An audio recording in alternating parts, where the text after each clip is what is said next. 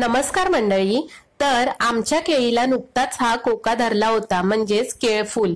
तर आता हा फ्रेश पप्पांनी काढून दिला। आता आम्ही याची भाजी करणार आहोत मस्त, आणि ती रेसिपी मी तुमच्याशी शेअर करत आहे। अगदी पारंपरिक पद्धतीने ही रेसिपी करणार आहोत। किती अशी फुलं आहेत ही, तर ह्याला साफ केलं जातं। म्हणजे आता आपण याला साफ करत आहोत आणि ह्यामधला हा काळ्या कलरचा पार्ट काढून टाकायचा आहे, कारण तो कडवट असतो, नाहीतर तुमची भाजी अगदी कडू होईल। तर हे आता एक एक फूल घेऊन साफ करायचं। त्यानंतर जो उरलेला मधला पार्ट असतो तो चिरून घ्यायचा।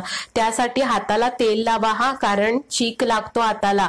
आणि ही थोडी मजेदार टाइम खाऊ गोष्ट आहे की आपल्याला हे साफ करण्यासाठी खूप वेळ लागतो, पण थोडं मजेशीर पण आहे।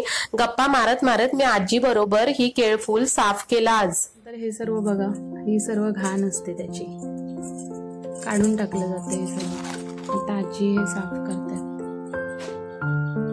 गावाला आल्यावर अशा चविष्ट भाज्या खायला मिळतात, आणि तेही ऑर्गॅनिक। तर आजीने आणि मी आता हे सर्व साफ करून, आजी आता कोका उरलेला आहे तो चिरून घेणार आहे। तसं म्हणाल तर साफ करायला खूप वेळ लागला, मला तर कंटाळा आला होता, पण आजीशी गप्पा मारत मारत कधी वेळ गेला ते कळलंच नाही।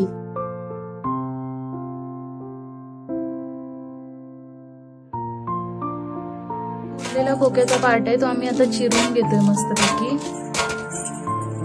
आणि ही जी फुलं केलेली आहेत आपण साफ, ती पण चिरून घ्यायची।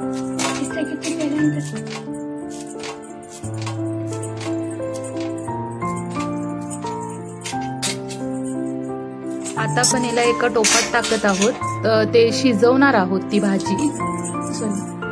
आता आपण ह्याला शिजवणार आहोत। पाणी टाका। अजून पाणी टाकू ना? चूल मस्त पेटली आहे आता, आणि आपण आता टोप ठेवला आहे। आता ह्याला उतरून आपण थंड झाल्यानंतर आजी काय करते ते बघणार आहोत। पाण्यातून काढून मस्त घट्ट पिळून घेतलंय आणि त्यामध्ये मीठ टाकलेलं आहे। चवीनुसार मसाला म्हणजेच तिखट मिरची पावडर आणि थोडी हळद टाकून ह्या भाजीला आजीने मस्त हाताने चुरून घेतली। ह्याला मस्त आता ते मिक्स करून घेते आजी। जिरं मोहरी टाकलेली आहे। आजीने यामध्ये चण्याची डाळ घातली होती आणि ती प्रॉपर शिजवून घेतली। त्यानंतर त्यामध्ये चुरलेली भाजी टाकली, आणि आता ही भाजी खाण्यासाठी एकदम रेडी झालेली आहे। मिक्स करून एक 5 मिनिटं वाफेवरती शिजवायची, आणि देन दिस भाजी इज रेडी।